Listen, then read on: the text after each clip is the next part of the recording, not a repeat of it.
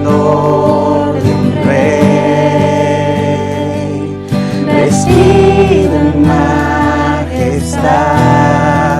La tierra alegre está, la tierra alegre está, cubierto está de luz, venció la oscuridad y tiembla su voz, y tiembla su voz. Cuán grande es Dios, cántale, cuán grande es Dios, todos lo verán. Cuán grande es Dios, cuán grande es Dios, cántale, cuán grande es Dios, todos lo verán. Cuán grande es Dios.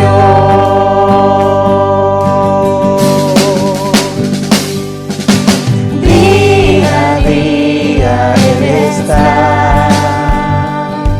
y el tiempo está en Él, principio y el fin, principio y el fin.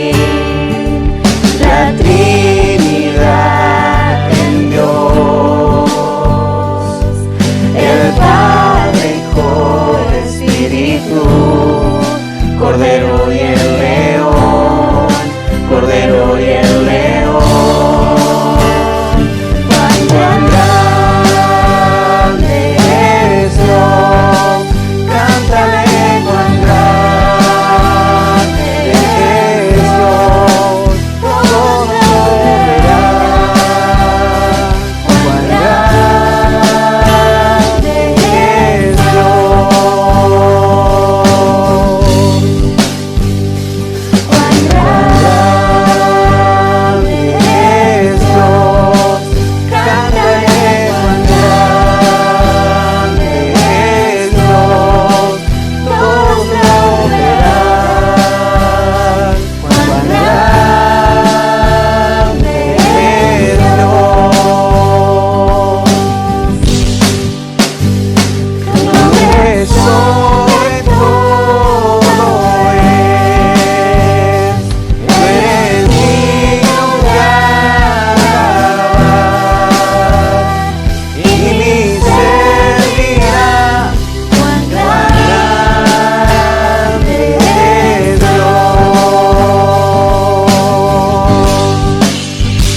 Tu nombre sobre todo es, tú eres digno de alabar,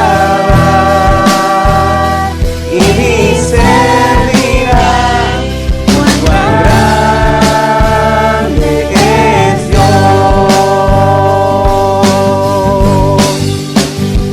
Cuán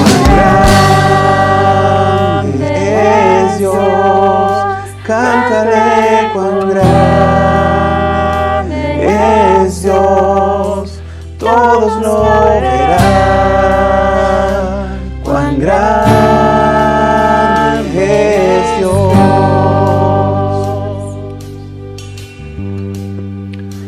Cuán grande es Dios, cántale, cuán grande es Dios, todos lo verán. Cuán grande es Dios.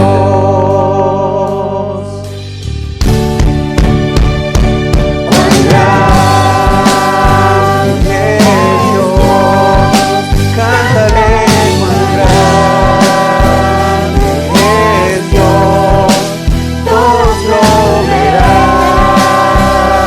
Cuán grande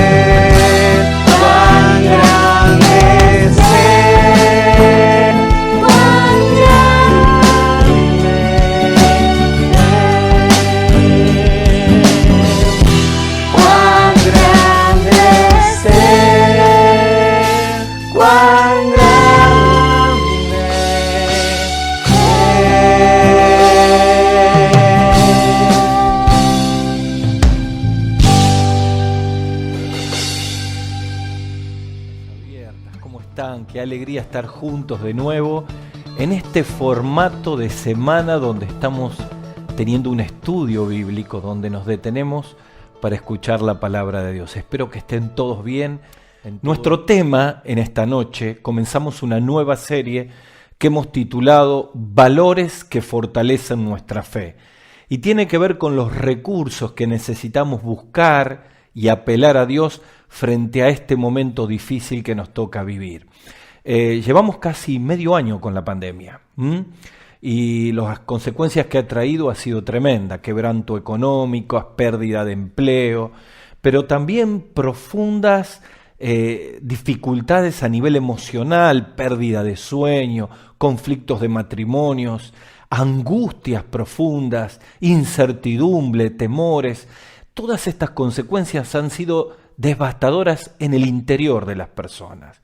Y frente a esto, sin duda, la gran solución es poder apelar a Dios, que es el dador de los recursos espirituales y emocionales para sobrellevar toda esta gran dificultad que significa el COVID-19. Así que le quiero decir a los amigos que nos están escuchando y que quizá todavía no han tenido un encuentro personal con Jesucristo, quiero decirle que todas las bendiciones pueden venir de Dios.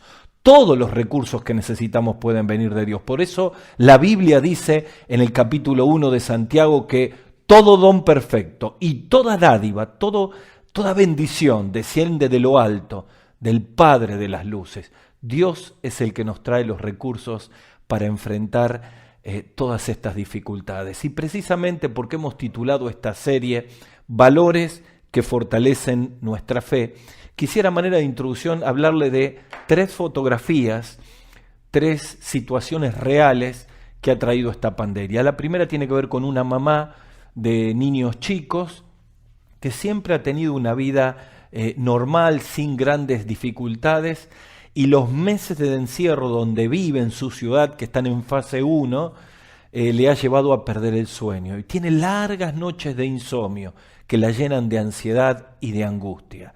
La segunda fotografía es de un matrimonio que ha derrumbado su familia en este COVID-19. Y el esposo, el padre, está tratando de hacer un gran esfuerzo para recuperar todo lo que ha perdido por malas decisiones tomadas en este COVID-19. La tercera fotografía es la de 3 pastores amigos que tengo que en esta misma pandemia a los 3 le han diagnosticado cáncer y los 3 en diferentes maneras están enfrentando sus tratamientos. Estas fotografías, hechos reales que les he traído, tienen que ver con todo lo que uno de una u otra manera está enfrentando y cómo logramos recursos emocionales y espirituales que puedan fortalecer nuestra fe. ¿Cómo hacemos para no claudicar? Bueno, este estudio que hemos titulado Valores o Recursos para fortalecer nuestra fe viene directamente de la segunda carta del apóstol Pedro. Así que si usted tiene la Biblia allí, le voy a invitar que la busque o en tu teléfono la Biblia app y vamos a leer el capítulo 1 de segunda Pedro y ahí vamos a descubrir 7 recursos celestiales para enfrentar toda esta gran prueba. Y vas a ver cómo la palabra de Dios nos va a dar recursos prácticos para la vida, de tal manera que podamos decir gracias Señor por esto que me das y algunos queridos amigos puedan descubrir al Señor Jesucristo a través de estos recursos. Voy a leer el capítulo 1, los primeros 12 versículos, y después les voy a hacer una introducción, una ambientación histórica para que sepan cómo era la situación de lo que estamos leyendo y cómo tiene grandes similitudes con esta pandemia y este COVID-19. Dice la Biblia así: Simón Pedro, siervo y apóstol de Jesucristo, a todos los que habéis alcanzado por la justicia de nuestro Dios y Salvador Jesucristo, una fe igualmente preciosa a la nuestra, gracia y paz os sean multiplicadas en el conocimiento de Dios y de nuestro Señor Jesús. Dice el versículo 3, como todas las cosas que pertenecen a la vida y a la piedad, nos han sido dadas por su divino poder, mediante el conocimiento de aquel que nos llamó por su gloria y excelencia, por medio de las cuales nos ha dado preciosas y grandísimas promesas para que por ella llegasteis a ser participantes de la naturaleza divina, habiendo huido de la corrupción que hay en el mundo a causa de los deseos de la concupiscencia, vosotros también, y aquí aparecen los 7 recursos, vosotros también, poniendo toda diligencia por esto mismo, añadid a vuestra fe virtud, excelencia, número 1. A la virtud, conocimiento, número 2. Al conocimiento, dominio propio, número 3. Al dominio propio, paciencia, número 4. A la paciencia, piedad, número 5. A la piedad, afecto fraternal, número 6. Y al afecto fraternal, amor incondicional, número 7. Cuando estos 7 recursos nos aferramos de ella para fortalecer nuestra fe, aquí viene el resultado.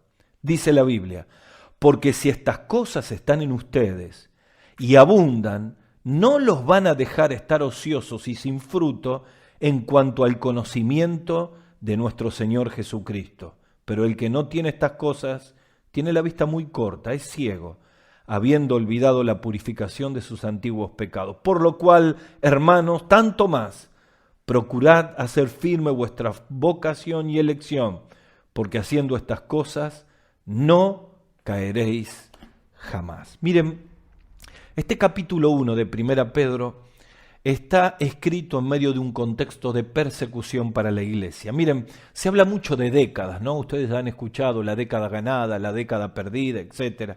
Bueno, aquí este libro de 2 Pedro, esta carta que escribe Pedro, la escribe antes de morir, al igual que Pablo, la segunda carta a Timoteo, a su hijo Timoteo.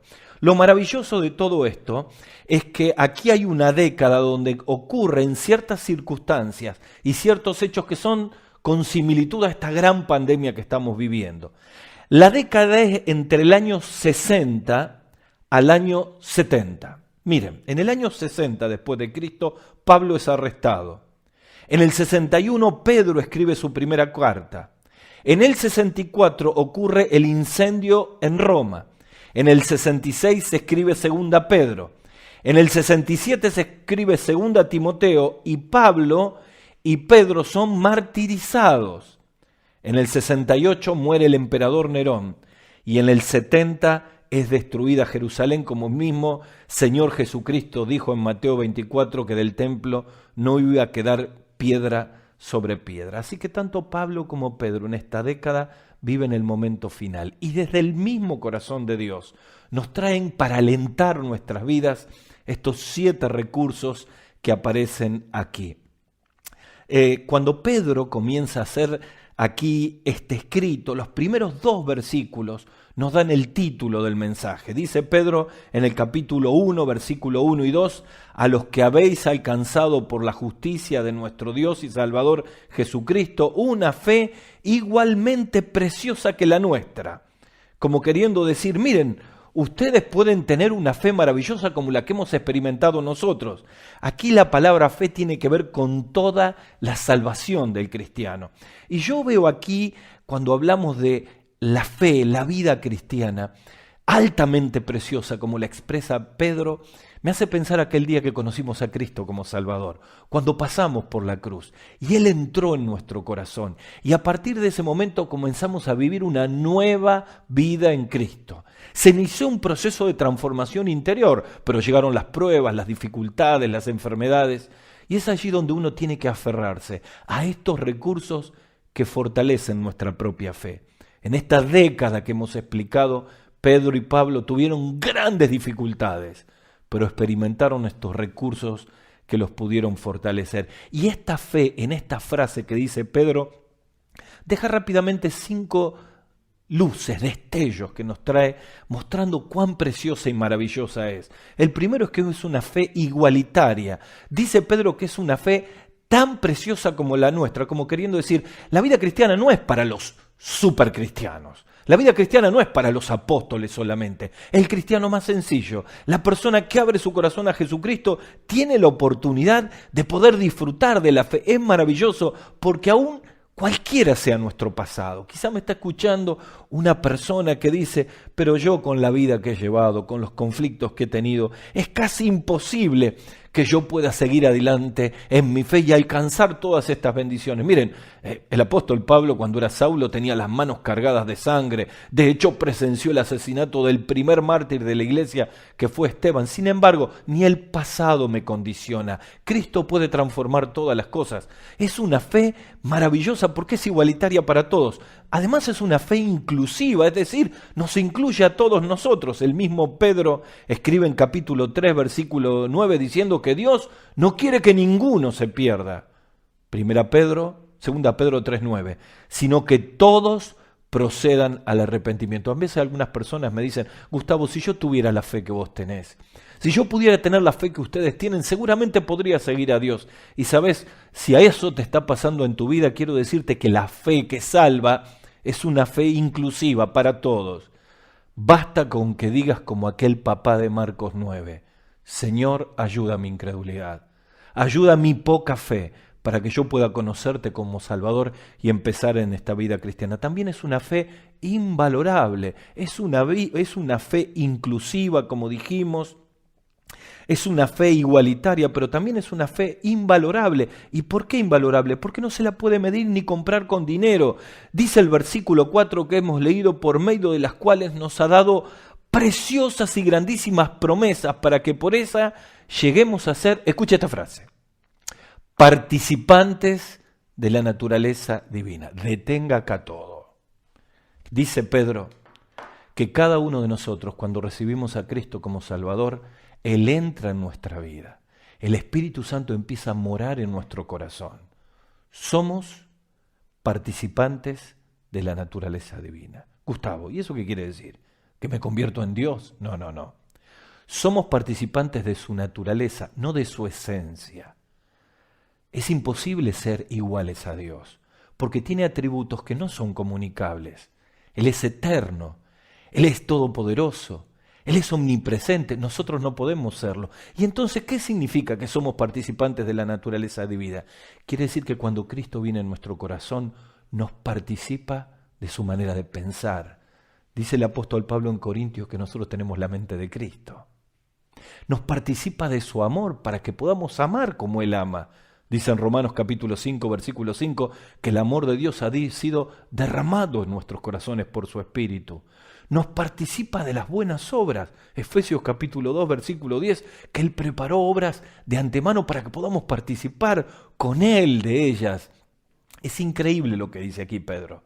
Esta fe gloriosa abre la puerta a que Dios obre milagrosamente y poderosamente en nuestra vida, para cambiar nuestra manera de vivir, para cambiar nuestra manera de actuar, para cambiar nuestra manera de enfocarnos en la vida. Miren qué fe maravillosa, invalorable. También les tengo que decir que es una fe inmerecida, porque dice Pedro, habiendo huido de la corrupción del mundo, como queriendo decir, miren, ustedes no pueden alcanzar, fue un milagro, es inmerecido, pero aún así Dios ha decidido darles a todos ustedes esta fe. ¿Saben?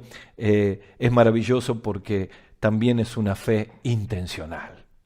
Le hablaba de 5 luces. Esta es la última, que nos da pie para hablar de uno de los 7 recursos que vamos a tocar hoy, que es la excelencia. ¿Por qué hablamos de una fe intencional? Dice el versículo 5, frente a todo esto, una fe inclusiva, invalorable, inmerecida, invaluable, pero también una fe intencional. Hasta ahora son todas bendiciones que recibimos, pero ahora nos toca a nosotros una parte. Dice el versículo 5, vosotros también, poniendo toda diligencia añadida a vuestra fe, y viene la lista, como queriendo decir, necesitan poner algo de su parte. Algunos creen que la vida cristiana es recibir la salvación, tirarse en una reposera y yo no tengo que hacer nada. Dios no trabaja en nosotros así. ¿Cuántos son los cambios que estás soñando para tu vida? Dios va a hacer el imposible. Nosotros tenemos que hacer nuestra parte. Y aquí dice poner todo el esfuerzo. Miren, ese versículo 5 en la Nueva Versión Internacional dice así, precisamente por eso pongan todo empeño en añadir a vuestra fe. Y saben que allí la palabra añadir tiene mucha fuerza de algo que hacemos con gran esfuerzo sabiendo los maravillosos resultados. En el drama griego se utilizaban mucho estas palabras. Cuando un autor escribía un autor, una novela, él traía el argumento. El Estado participaba en ese acto de teatro poniendo un escenario, un teatro público. Era muy común entre los griegos. Pero había una persona que era un mecenas, alguien que ponía dinero para que la obra pueda ocurrir. Y esto era un gran esfuerzo. Un autor dice, tomando este ejemplo que hemos dicho, de alguna manera Dios escribió con la sangre de Jesús la obra cautivadora de la vida cristiana. El teatro es el mundo donde cada uno de nosotros necesitamos brillar, pero cada cristiano debe cooperar aportando sus esfuerzos para que este argumento original de la vida cristiana sea tan atractivo que los demás quieran vivir de alguna manera. Son las palabras de Jesús en Mateo capítulo 5, versículo 16, cuando dice, así alumbre vuestra luz delante de los hombres. Miren, les quiero contar, cuando yo tenía 5 años, mi mamá nos llevó por primera vez a la iglesia y yo pude escuchar acerca de la salvación y pude conocer a Cristo como Salvador. Pasaron 8 años hasta que mi padre, Armando, conozca y reciba a Cristo como Salvador. Esto es todo un ánimo para las esposas que están orando por sus esposos. No dejen de orar. Dios responde las oraciones. Están a una oración menos de la respuesta. Pero lo que más impactó a mi padre fue ver los grandes cambios en la vida de mi madre. A eso se refiere Pedro. A eso, a que esta fe, esta salvación sea tan maravillosa, se vea tan atractiva que los que nos rodean puedan decir, yo también quiero esa vida. Por eso cuando nos metemos ya ahora en los recursos que vienen luego en los versículos siguientes, tenemos que saber que no vamos a fortalecer nuestra fe solamente para sentirnos mejores. Tiene un propósito muy claro, y es que podamos ser, de alguna manera, un espejo de Cristo, donde Dios nos ha puesto, especialmente en este coronavirus, donde las iglesias están cerradas, donde los templos están completamente cerrados, y cada creyente es un pequeño Cristo en el lugar donde Dios lo ha puesto. Así que dicho esto, quiero decirles que aquí aparecen 7 recursos que fortalecen nuestra fe. El primero que vamos a ver hoy es excelencia. La palabra que hemos leído es virtud. El segundo es conocimiento. El tercero es dominio propio. El cuarto es paciencia, perseverancia. El quinto es piedad. El sexto es afecto fraternal. Y el séptimo es amor incondicional. 7 formidables recursos para fortalecer tu fe y mi fe en esta pandemia, para que podamos ser copia fieles del original, copia fieles de Cristo. Miren, vamos al primero de ellos. La palabra es virtud. Dice Pedro, añadid a vuestra fe, que es tan preciosa, tan invalorable, virtud. Miren, la palabra virtud aparece en el versículo 3, traducida como excelencia. La verdad, esta palabra significa poder moral, una sinergia moral, un vigor del alma, algo que tiene una fuerza interior maravillosa y que es admirable. Saben que la palabra virtud, que aparece como excelencia en el versículo 3, tiene que ver con la obra del Espíritu Santo llevándonos a una vida admirable. Y cuando uno habla de excelencia siempre piensa en el esfuerzo humano para hacer un acto de excelencia, ¿no es cierto? Por ejemplo, uno dice, este médico es un médico de excelencia, porque opera mejor que nadie, porque diagnostica mejor que nadie. Este profesor, esta maestra es de excelencia porque cuando enseña todo el mundo aprende. Esta gente cuando trabaja secularmente en un trabajo práctico, al levantar una pared, al hacer un revoque o al hacer un trabajo eléctrico, son impecables, trabajan de excelencia. Y siempre la excelencia tiene que ver con hacer las cosas de la mejor manera, que de hecho es muy bueno. Sin embargo, aquí la palabra excelencia tiene que ver con el poder de Dios, llevándonos al punto de que todo lo que hacemos en cualquiera de los ámbitos de nuestra vida, escuche bien, por eso hablo de una sinergia interior, de un poder interior. En el ámbito de nuestro hogar surge la excelencia de Dios a través nuestro. En el ámbito del trabajo surge la excelencia de Dios para que podamos glorificarlo. En el ámbito de la sociedad, aparecemos los cristianos haciendo las cosas en una forma excelente, diferente. totalmente diferente al resto. Algunos ejemplos. Saben que uno de los problemas más grandes en la acción social es que muchas veces los recursos y los fondos no van al lugar que tienen que ir y terminan siendo desviados. Pero qué maravilla es cuando uno puede ver cristianos que toman ciertos recursos y pueden usarlos exactamente con la mejor excelencia, multiplicándolos. Y a veces con recursos en lo que normalmente pueden llegar a satisfacer 50 o 60 personas, los cristianos los llevan a 120, de una manera formidable y maravillosa. Así que hablando de excelencia, pensando en esta bendición que viene del cielo para poder fortalecer nuestra fe, que aquí el apóstol Pedro, yo quiero mostrarles en estos minutos que nos quedan 3 aspectos de la excelencia de la fe. El primero tiene que ver con propósito, el segundo tiene que ver con productividad y el tercero tiene que ver con pasión. Bien sencillitos. ¿Cuándo tenemos una vida de excelencia? ¿Cuándo el poder del Espíritu Santo hace que seamos cristianos excelentes? Que salgamos de esta aplastante mediocridad que a veces nos rodea a todos nosotros. Bueno, en primer lugar, cuando nuestra vida cumple un propósito. Miren, para los filósofos griegos, todo lo que tiene que ver con la excelencia que estábamos hablando, ellos hablaban y decían que la excelencia se veía cuando se cumple el propósito por el cual las cosas suceden. Por ejemplo, tomaban la tierra y ellos decían, cuando la tierra da una gran cosecha, esta ha sido una tierra excelente, porque cumplió el propósito por el cual estaban funcionando. Miren, de alguna manera el concepto del propósito lo estamos viendo en todos los grupos pequeños, ¿no? Y decimos, ¿cuál es nuestro verdadero propósito en la tierra? ¿Estamos aquí para ser los mejores profesionales? Ojalá podamos serlo, pero no es ese nuestro mejor propósito. ¿Será para que podamos ganar mucho dinero en nuestros comercios, en nuestras empresas? Mira, si Dios te bendice es una bendición y podés volcar recursos para la obra de Dios. Pero no es ese el propósito de nuestra vida. El mejor propósito de nuestra vida es poder multiplicar el conocimiento para que la gente se admire de cuánto conocemos. Mira, te va a venir bien conocer muchas cosas, pero ese no es el verdadero propósito de la vida. El verdadero propósito de la vida tiene que ver cuando cada uno de nosotros cumplimos con excelencia, por el poder del Espíritu Santo, el propósito por el cual Dios nos ha puesto en esta tierra. Los cristianos estamos para mostrar la excelencia de Dios en todas las cosas que hacemos. Miren, un autor escribió, la verdadera excelencia en la vida cristiana no consiste en pulir las cualidades humanas por buenas que pudieran ser, en forma individual, sino consiste en producir cualidades divinas que hacen a la persona más semejante a Jesucristo. Es decir, no es un autoesfuerzo por pulir mis propios errores, sino es el poder de Dios mostrando la verdad de Cristo en una forma formidable. Es lo que Pablo dice en Colosenses capítulo 1, versículo 27, Cristo en vosotros, esperanza de gloria. Yo quiero ser muy práctico. Este aspecto del propósito tiene que empezar en el núcleo más importante, que es la familia.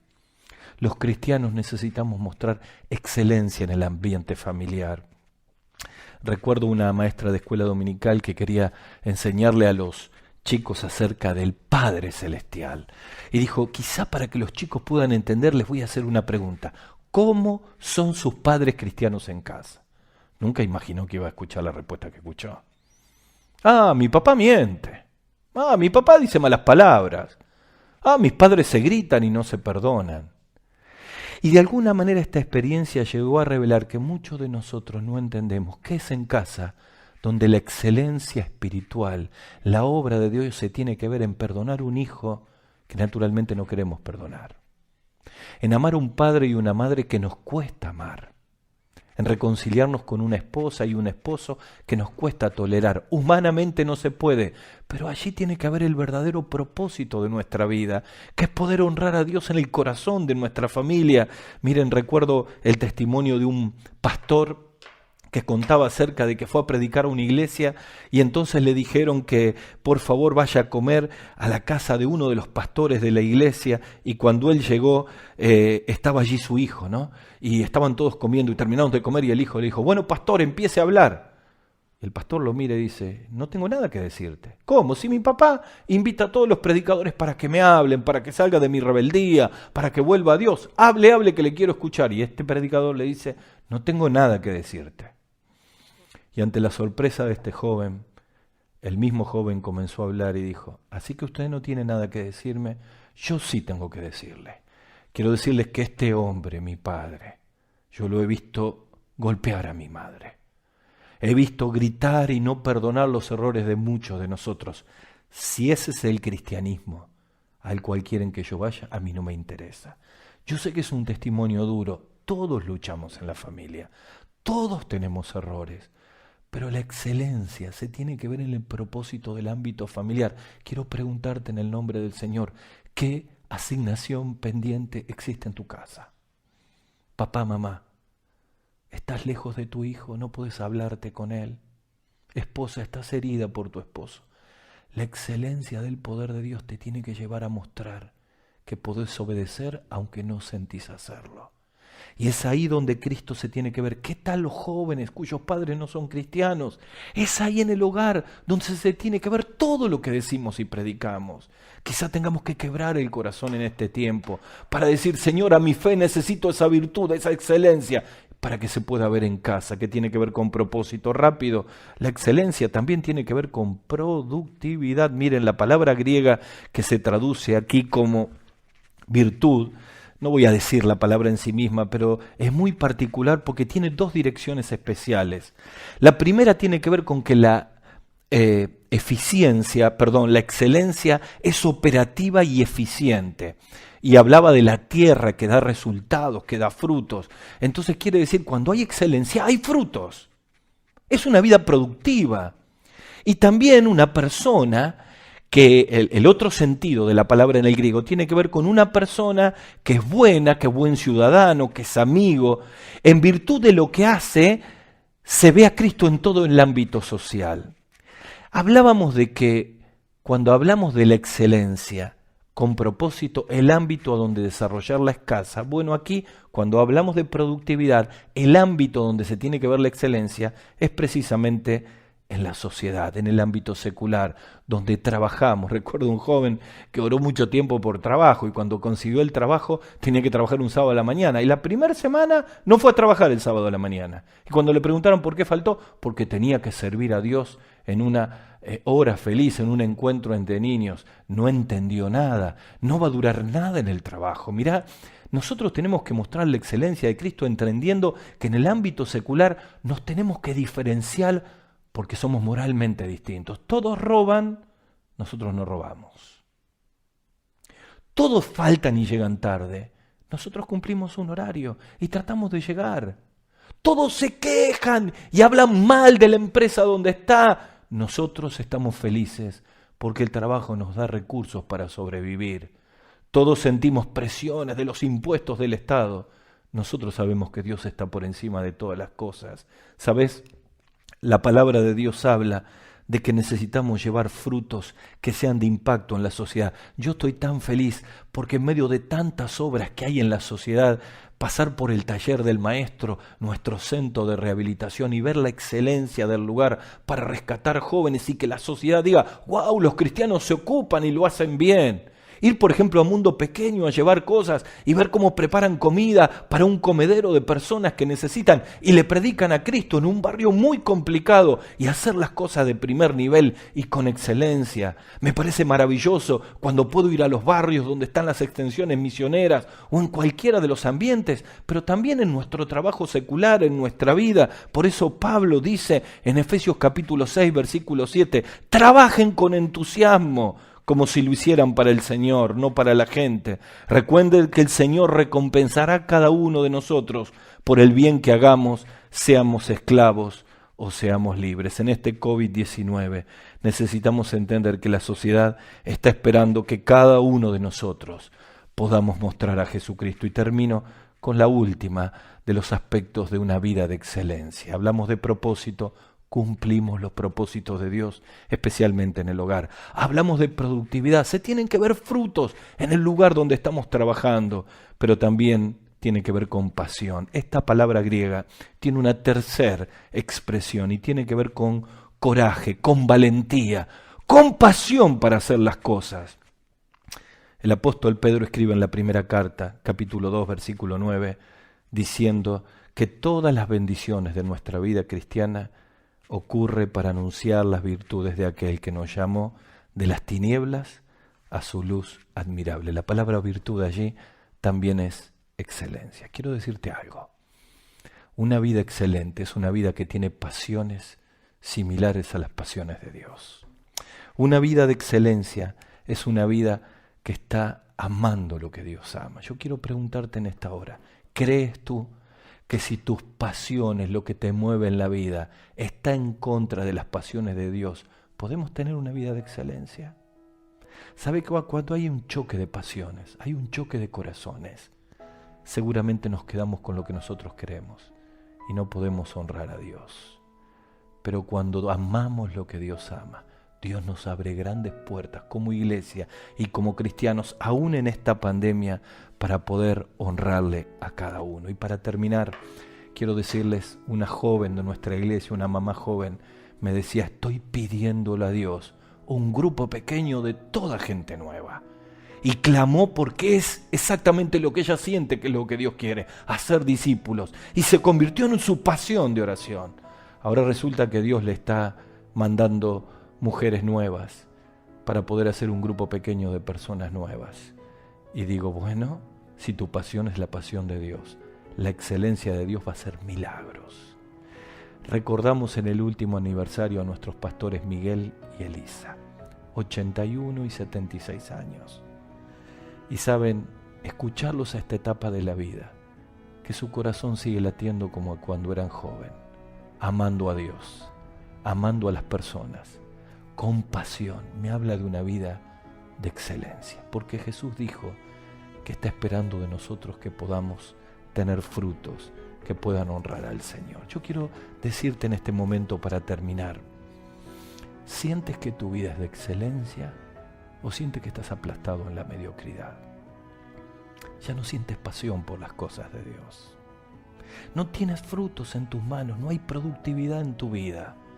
Sientes que se te ha ido la vida en propósitos que no son aquellos por los cuales Dios te ha llamado. Dice la palabra de Dios desde el mismo corazón de Dios. Tenés una fe extraordinaria. Añadile este primer recurso, excelencia. Y siempre la excelencia viene cuando uno se encuentra con Dios, cuando confiesa los pecados, cuando trae las frustraciones y cuando con una vida como un papel completamente en blanco le dice, Señor, necesito que me ayudes. Vive en mí de tal manera que se pueda ver tu gloria en mi manera de hablar, en mi manera de conducirme, en los objetivos de nuestra vida. Porque es la vida de excelencia la que cumple los propósitos de Dios. Así que vamos a orar allí donde estamos, cada uno. Y si me está escuchando un amigo, una amiga que dice, estoy tan disconforme con mi vida, me siento tan frustrado, este es un momento para que la vida de excelencia comience abriendo tu corazón a Jesús y pidiéndole perdón por tus pecados. Así que vamos a orar allí donde estamos los que somos de Cristo. Señor, quiero añadir la excelencia tuya. Ayúdame por tu Espíritu. Quizás sea el momento para confesar pecados, para pedirle perdón al Señor. Pero si nunca lo has hecho, quiero invitarte que abras tu corazón y le digas solo 2 palabras al Señor. Decile así, Señor, sálvame. Señor, no puedo más con mi vida. Perdona mis pecados y ven a mi corazón. Te lo pido en el nombre del Señor Jesús. Amén.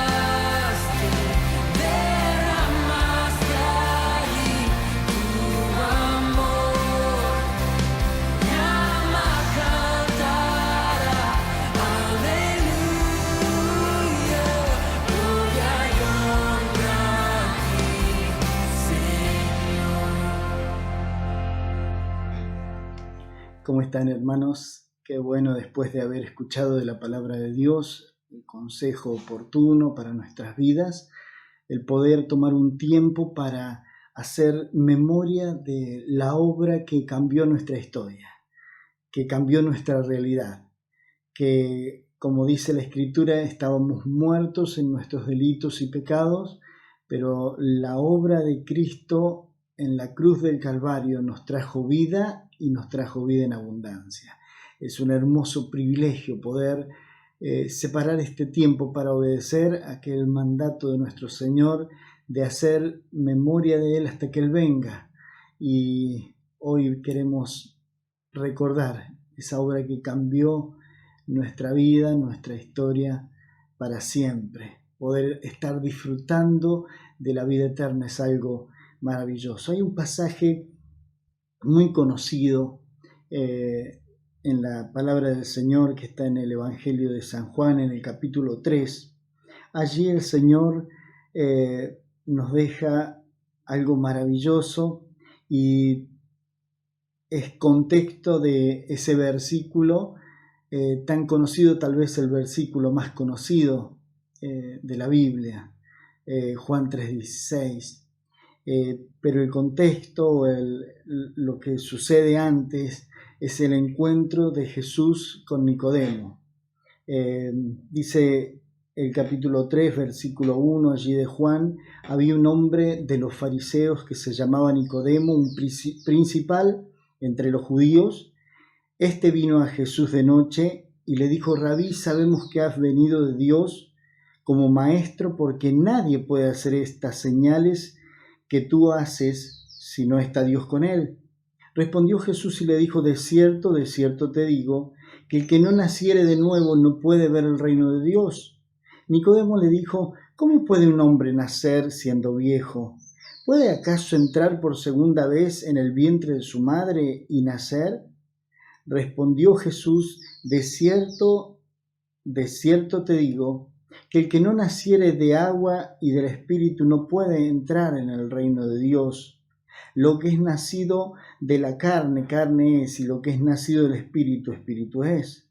No te maravilles de que te dije: os es necesario nacer de nuevo. El viento sopla de donde quiere y oye su sonido, mas ni sabes de dónde viene ni a dónde va. Así es todo aquel que es nacido del Espíritu. Respondiendo Nicodemo le dijo: ¿cómo puede hacerse esto?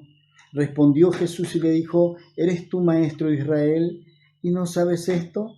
De cierto te digo, que lo que sabemos hablamos, y lo que hemos visto testificamos, y no recibís nuestro testimonio. Si os he dicho cosas terrenales y no creéis, ¿cómo creeréis si os dijeres las celestiales? Nadie subió al cielo, sino el que descendió del cielo, el Hijo del Hombre que está en el cielo. Y como Moisés levantó la serpiente en el desierto, así es necesario que el Hijo del Hombre sea levantado, para que todo aquel que en él cree no se pierda, mas tenga vida eterna. Un pasaje precioso que nos habla de un hombre que va en busca de Jesús, un hombre que no era un hombre común. Dice la Escritura que era principal entre los judíos, que era un maestro. El Señor Jesús más abajo le dice: siendo tú maestro, no conoces estas cosas. Nicodemo no era un principiante, tenía conocimiento. Es más, él se presenta diciendo que dice, vino, el versículo 2, vino a Jesús de noche y le dijo: Rabí, sabemos que has venido de Dios como maestro, porque nadie puede hacer estas señales que tú haces si no está Dios con él. Es decir, era un hombre que creía en Jesús, lo conocía, sabía que venía de parte de Dios, estaba convencido de esto, pero había algo que no terminaba de entender, y que era este nuevo nacimiento del cual nosotros hemos disfrutado, el haber nacido de nuevo, el haber tenido ese encuentro personal con Jesucristo. Y les explica de diferentes maneras, y hay un pasaje que lo trae a la memoria Jesús a la memoria de Nicodemo, que era uno de los maestros y que tenía conocimiento de la Escritura. En el versículo 14 dice: y como Moisés levantó la serpiente en el desierto, así es necesario que el Hijo del Hombre sea levantado. Y acá le trae a la memoria un pasaje, una parte de la historia que sin duda alguna Nicodemo conocía, porque la habría estudiado, porque la habría leído, y trae a su memoria este pasaje. Y yo quería que juntos vayamos a ese momento. Está en el libro de Números, allí en el capítulo 21 del libro de Números, el versículo 4, ahí nos habla acerca de la serpiente de bronce, y son unos poquitos versículos y yo les pido que los leamos. Dice allí, Números capítulo 21, versículo 4, después partieron del monte de Hor camino al Mar Rojo para rodear la tierra de Edom, y se desanimó el pueblo por el camino, y habló el pueblo contra Dios y contra Moisés: ¿por qué nos hiciste subir de Egipto para que muramos en el desierto? Pues no hay pan ni agua, y nuestra alma tiene fastidio de este pan tan liviano. Y Jehová envió entre el pueblo serpientes ardientes que mordían al pueblo, y murió mucho pueblo de Israel. Entonces el pueblo vino a Moisés y dijo: hemos pecado por haber hablado contra Jehová y contra ti. Ruega a Jehová que quite de nosotros estas serpientes. Y Moisés oró por el pueblo. Y Jehová dijo a Moisés: hazte una serpiente ardiente y ponla sobre un asta, y cualquiera que fuere mordido y mirare a ella vivirá. Y Moisés hizo una serpiente de bronce y la puso sobre un asta, y cuando alguna serpiente mordía a alguno, miraba a la serpiente de bronce y vivía. Y aquí nos encontramos con este pasaje que relata lo que el Señor Jesús allí le traía a la memoria a Nicodemo. Y como Moisés levantó la serpiente en el desierto, así es necesario que el Hijo del Hombre sea levantado.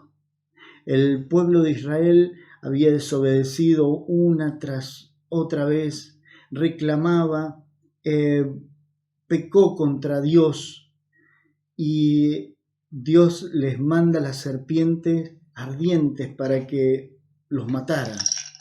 Dice la Escritura que muchos habían muerto, muchos israelitas habían muerto, pero el pueblo se da cuenta, reconoce su condición, reconocen que habían pecado y recurren a la posibilidad que tenían, que era Moisés, aquel intermediario que había en ese momento entre Dios y ellos, y les piden que haga algo. Y Dios le dice a Moisés que levante una serpiente, que haga una serpiente de bronce y la encienda y que quede en alto, y que cuando la serpiente mordiera a alguno de ellos, el que mirara aquella serpiente vivirá. Y entonces nos habla acerca de esta solución, de esta salvación que envía Dios para el pueblo de Israel. Y de la misma manera Jesús le quería hacer entender a Nicodemo que era necesario no conocer solamente de Dios, conocer de Jesucristo, conocer que era un enviado de Dios, sino que era necesario nacer de nuevo, que era necesario mirar hacia arriba y reconocer que se necesitaba de una salvación, que se necesitaba de reconocer a Jesucristo como Salvador. Por eso, qué maravilloso es para nosotros recordar el momento en que en nuestra condición de pecadores reconocimos que estábamos perdidos, que teníamos una muerte eterna, pero que pudimos mirar al Señor Jesucristo y vivir a partir de ese momento. Cuando miramos a Jesucristo, cuando lo miramos como el Salvador de nuestras vidas, aquel que se entregó para salvarme, aunque yo no merecía absolutamente nada, aunque mi pecado me había separado de Dios, aunque mi pecado era el que me enviaba a una condenación eterna, el amor de Dios, como dice el versículo siguiente, el versículo 16, de tal manera amó Dios al mundo, de tal manera me amó Dios a mí, que envió a su Hijo Jesucristo para morir en la cruz por mí. Y tenemos el hermoso privilegio de hoy hacer memoria de ese Hijo entregado, de ese Hijo que no abrió su boca, de ese Hijo que cada paso que dio lo dio caminando hacia la cruz pensando en vos y pensando en mí. Y ese Hijo sufrió la muerte, sufrió el desprecio, sufrió absolutamente todo, hasta cargó mi pecado para que yo tuviese la posibilidad hoy de estar haciendo memoria de esa obra maravillosa que me trajo vida y vida en abundancia. Somos privilegiados, somos amados por Dios. No sé vos, pero yo me siento amado, me siento querido, me siento con una deuda tremenda ante mi Dios, porque a pesar de haberle fallado, a pesar de que mi pecado me separó de Él, a pesar de todo lo malo que hay en mi vida y que el daño que le he hecho al Señor, Él aún así me ama. Y no hay nada que pueda hacer que Él me ame menos, y esto es maravilloso. Entender esto es hermoso, saber que Él me ama con un amor eterno, con un amor puro. Y ese amor más maravilloso se manifestó en la obra de Jesucristo en la cruz del Calvario. Un Hijo entregado por amor a mí. Un Hijo muerto por amor a mí. Por eso, qué hermoso es entender que estábamos muertos, estábamos ciegos, dice la palabra de Dios allí en 2 Corintios, en el capítulo 4, que Satanás ha cegado el entendimiento, había cegado nuestro entendimiento. Sabíamos, tal vez habíamos escuchado de Dios, nos habían enseñado acerca de Jesucristo, sabíamos de Él, pero nunca habíamos mirado a Cristo como Salvador. Nunca habíamos entendido que necesitábamos mirar a Cristo para recibir la vida eterna, para recibir la salvación. El pueblo de Israel, si era mordido por la serpiente, simplemente tenía que mirar aquella serpiente de bronce y viviría. De la misma manera, cada uno de nosotros, cuando entendimos por medio de esa maravillosa obra, porque dice que Satanás tiene cegado el entendimiento y por ahí nos frustra hablarle a seres queridos, a familiares, a vecinos, a amigos de Cristo, y que no lo entiendan o que no reciban el Evangelio, que no reciban las buenas nuevas de salvación. Pero debemos entender que ellos están cegados por el enemigo, no lo van a entender si no es por medio de la maravillosa obra de Jesucristo, que hace que cuando el Evangelio de Cristo es predicado, cuando Jesucristo es predicado y a como dice allí la palabra de Dios, a crucificado, el versículo 5 allí de 2 Corintios capítulo 4, Pablo les está diciendo, predicamos a Jesucristo, no a nosotros mismos, a Jesucristo. Y ese Jesucristo, en otro de los pasajes, dice Pablo, y a Jesucristo crucificado. Ese Jesucristo colgado en un madero, ese Jesucristo pendiendo entre la tierra y el cielo, allí en un madero, fue necesario que nosotros le miráramos y reconociéramos nuestra condición de pecadores, reconociéramos que estábamos perdidos, reconociéramos que estábamos muertos en nuestros delitos y pecados y que necesitábamos mirar a esa cruz, necesitábamos mirar a ese Salvador, necesitábamos reconocer que alguien sin pecado había muerto por mis pecados y que por medio de esa obra hoy puedo disfrutar de la vida eterna. Somos privilegiados sin duda alguna, somos dichosos de ser hijos de Dios, somos dichosos de habernos reconciliado con el Padre y hoy poder ser llamados sus hijos.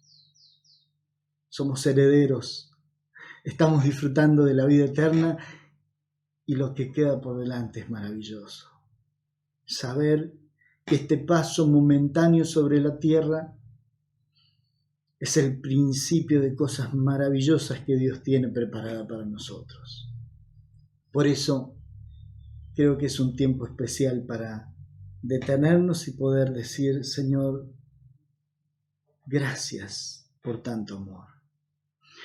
Gracias porque te entregaste. Gracias porque tuviste colgado en ese madero. Y porque un día nuestro entendimiento se abrió y pudimos entender que necesitábamos mirar a la cruz, que necesitábamos mirar a Jesucristo, que necesitábamos entender que era el único camino hacia el Padre, que era el único que podía reconciliarnos con Dios nuevamente y disfrutar de la vida eterna. Y tuvimos ese encuentro personal y le pedimos perdón por nuestros pecados y reconocimos que si no era por Jesucristo, no hubiese sido posible hoy disfrutar de lo que estamos disfrutando. Por eso, para muchos es inentendible que algo tan simple tenga tanto poder para cambiar vidas e historias. Pero qué maravilloso es que nosotros podemos entender y pudimos entender que aunque es algo tan simple, reconocer a Jesucristo, mirarle, reconocerlo como Salvador, costó el precio de la muerte del Señor Jesucristo, del unigénito de Dios. Qué valor grande pagado por cada uno de nosotros. Qué deuda grande tenemos y qué necesidad tenemos de detenernos en este momento, no solamente hacer memoria de esa obra preciosa de Cristo en la cruz, sino decir: Señor, me postro delante de ti, me humillo delante de ti, te pido perdón, Señor, por cada uno de mis pecados, aquellos que cortan mi comunión contigo. Señor, confesamos nuestros pecados y vos sos fiel y justo para perdonarnos de toda maldad. Qué obra maravillosa, Señor. Una vez y para siempre, aquel cordero colgado en el madero transformó nuestra historia y nuestra vida. Que podamos juntos participar de este pan, de este vino, símbolos del cuerpo entregado de nuestro Señor Jesucristo, maltratado, molido, y de esa sangre derramada, sangre que nos dio vida y vida en abundancia. Oramos por el pan. Padre, gracias por este tiempo, gracias porque podemos mirar nuevamente a la cruz y reconocer, Señor, que fue esa obra preciosa, maravillosa, única, la que nos dio vida y vida en abundancia. Gracias, Señor. Gracias porque éramos inmerecedores de todo, de nada, Señor, no merecíamos absolutamente nada, pero vos nos diste todo por medio de tu Hijo Jesucristo. Gracias porque un día abriste nuestro entendimiento y pudimos reconocer nuestra condición, saber que estábamos perdidos, condenados de por vida, pero nos amaste tanto que mandaste a tu Hijo Jesucristo a morir en la cruz para salvarme a mí. Señor, qué deuda tan grande.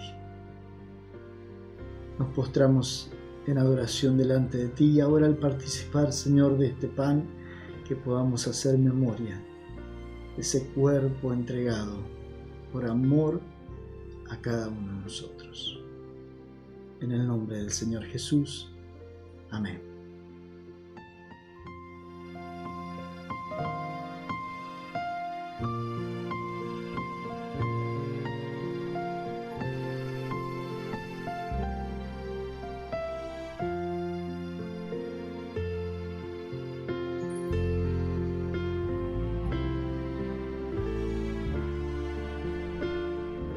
De la misma manera, Señor, te agradecemos por este vino que simboliza la sangre de nuestro Señor Jesucristo derramada por cada uno de nosotros en aquella cruz, en aquel madero, en aquel lugar, Señor, donde eran colgados los malditos.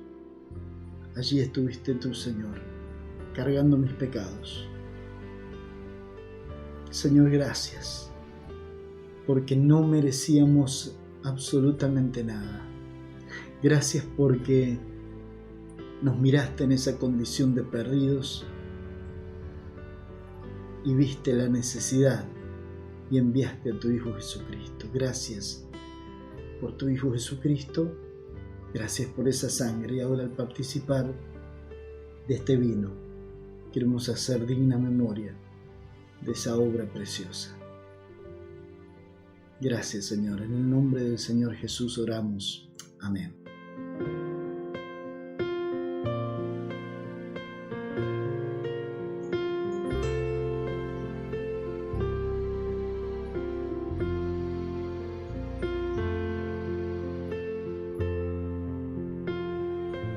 Amado Señor, toda la gloria y la honra sea para ti. Gracias, gracias, Señor, por ese amor tan grande. Gracias, porque me amás a pesar de lo que soy. Y gracias, porque hoy soy tu Hijo y puedo disfrutar de la vida eterna. Y gracias, porque un día miramos a la cruz y eso nos trajo vida. Señor, te agradecemos por ese hermoso milagro hecho a favor de nuestras vidas, el habernos sacado de las puertas del infierno y hoy estar sentados con los príncipes de tu pueblo. Toda la gloria sea para ti. En el nombre del Señor Jesús. Amén. Queridos hermanos, que el Señor les bendiga y que juntos en esta noche podamos decir: Señor, gracias porque un día te miramos y porque ese mismo día nos diste y nos regalaste la vida eterna. Que el Señor les bendiga, los amamos y sigamos orando los unos por los otros. Dios les bendiga.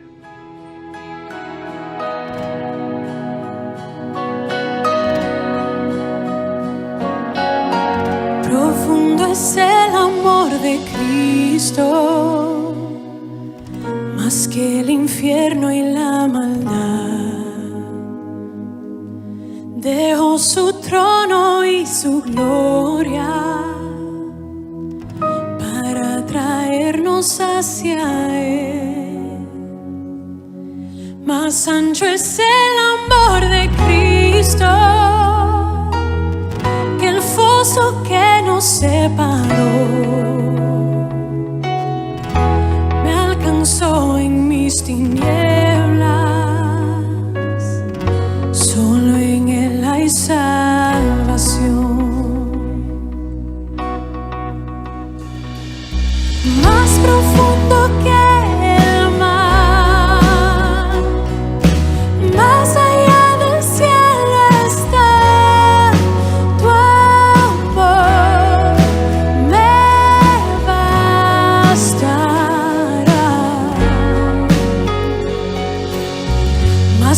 fuerte es el amor de Cristo, que mi enemigo más feroz me sostiene en la tormenta. Las aguas no me cubrirán. Me guiará el amor de Cristo en el más hondo valle aquí. Me pastoreará por siempre y me guarda junto a Él. Más profundo que el mar, más allá del cielo está tu amor, me bastará. Más fuerte que la tempestad, venció el pecado y la maldad. Tu amor me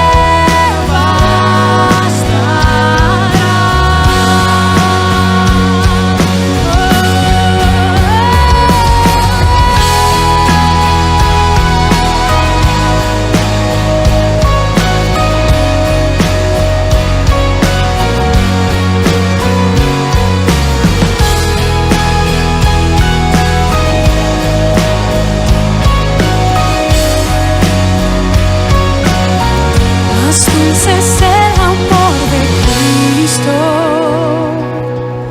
mientras más cerca estoy del fin. Disfrutaré su amor por siempre, ante su trono estaré. Me llevará